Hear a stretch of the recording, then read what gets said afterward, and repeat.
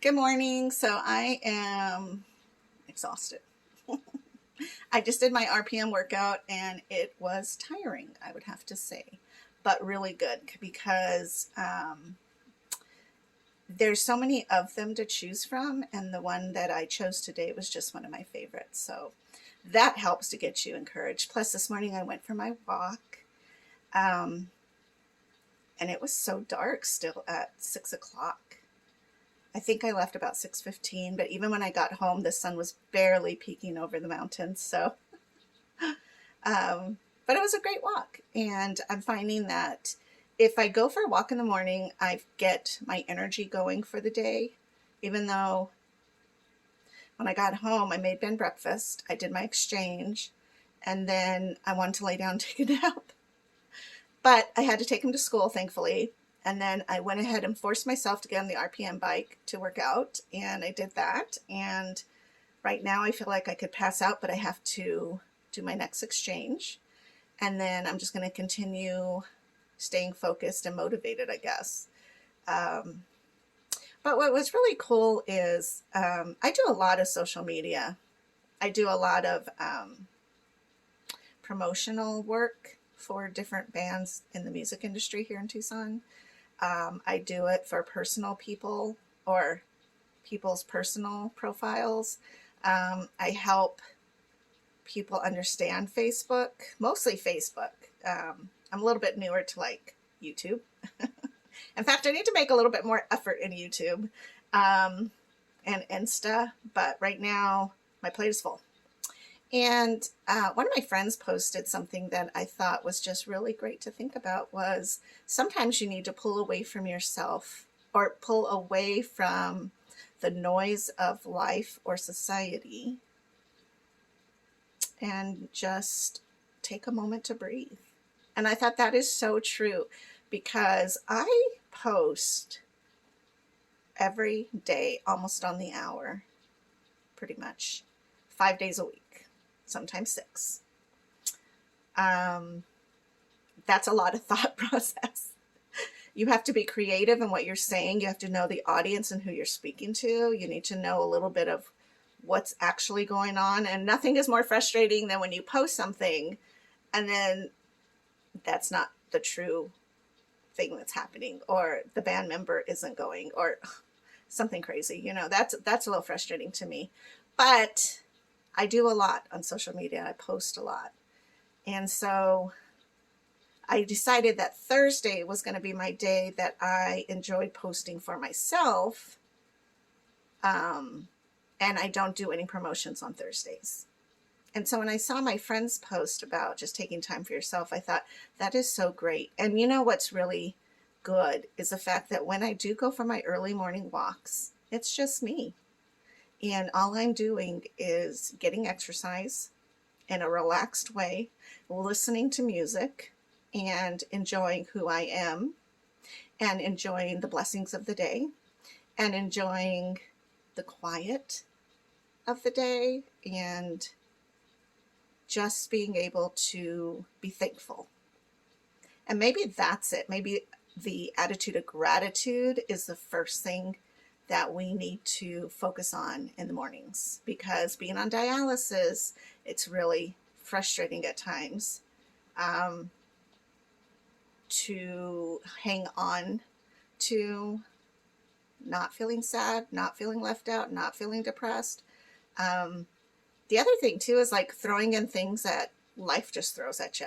Like if you work, if you have kids, if you have little kids or older kids.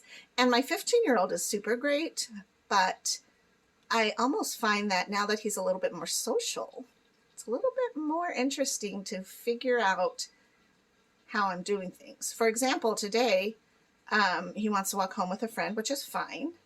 And then I'm supposed to go pick him up, except that I realized I have a doctor's appointment today. So that's not going to work out exactly the way that we thought it would. And then I still have to do exchanges. So there's so many things that can kind of clutter up your thought process or the zen of the day. But I definitely think that taking a moment for yourself, whatever that may be, meditation, devotional, crocheting, pausing for a good 20 minutes at least, is such a healthy way to keep focused and balanced on a foundation of gratitude and joy.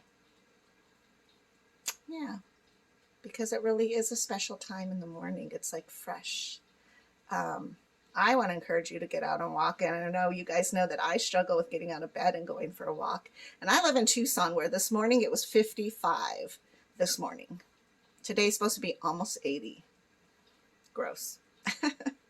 But my layers of clothes that I normally wear when it's like 32, I'm glad I checked the temperature, because I almost left the house with all those layers on and I would have died out there. So I'm glad that I did check, because I was able to take off some of those layers. But it was just a really nice wake up and do that. I am also finding that it's becoming more and more easy to figure out my dialysis exchanges, because when I first started, so I think I'm going on almost 2 years, something like that.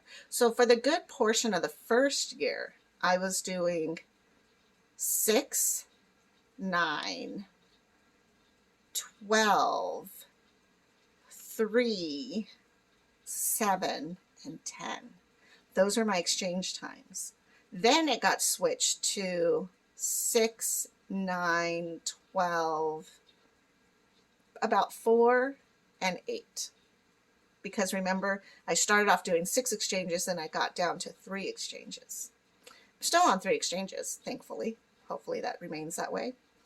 But because of my active lifestyle and the fact that I don't like to go out at night with the dextrose in me, which it always just ends up being a really long dwell, but it's so uncomfortable, especially if I want to dance. So now I'm becoming more and more in routine of 7, 10, 1 or 2, and then 5 or 6. And so I still have that 9 o'clock though in my head, and the 12 o'clocks. It's like ingrained in me, like, oh my gosh, it's 6 o'clock. Like I'll jerk awake and be like, oh my gosh, I was supposed to do my exchange. And then it's like, no, this is 7. It's 7's fine. And then, 9 will come and I'll be like, oh, wait, I can do it at 10. So that's getting a little easier. And it's important, because when you are on dialysis, you have to manage your times for dialysis exchanges, but it also helps you to know when and what you can do in those time frames. So the other day I had a nail appointment at 10, and I had to make sure then that day that I kind of messed up. I should have had it at 11, because I should have just did my exchange at 7, 10 and on. But in my head, I was like, no, 10 o'clock is fine.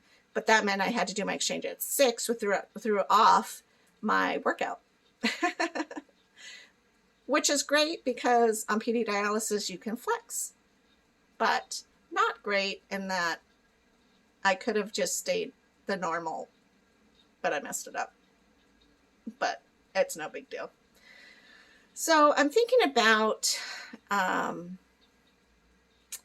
rearranging my living room, because we're going to be here another year. Ben is just getting bigger, and I think I found a couch I could get for pretty inexpensive.